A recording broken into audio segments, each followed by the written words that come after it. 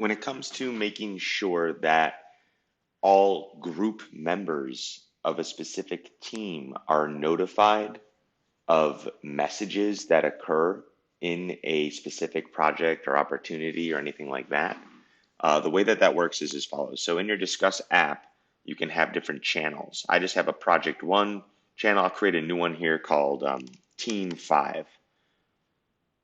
Okay, so I create Team 5, and now here I can click my cogwheel, and I can go into Team 5, and I can say I want to send messages to them by email when they're receiving notifications. Here I can describe, obviously, description. I can give them an alias. So if I ever want to email everyone on Team 5, I could email Team5 at mycompany.com.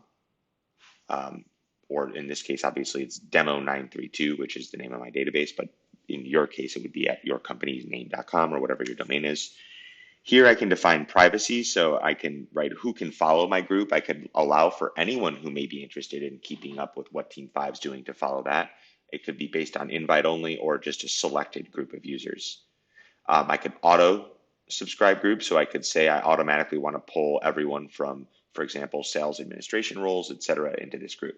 Alternatively, here I define my members. So I'll use Garrett here, and I'll add him as a member, and I could have as many members as part of this group as I want.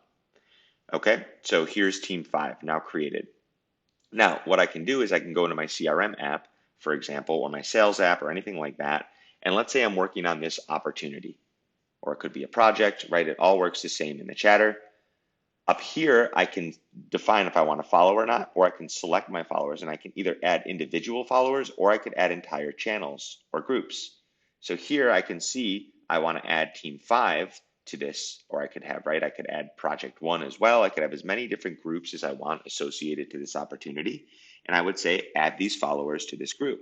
But there may be an instance where I don't want this team to be bothered with too much information, right?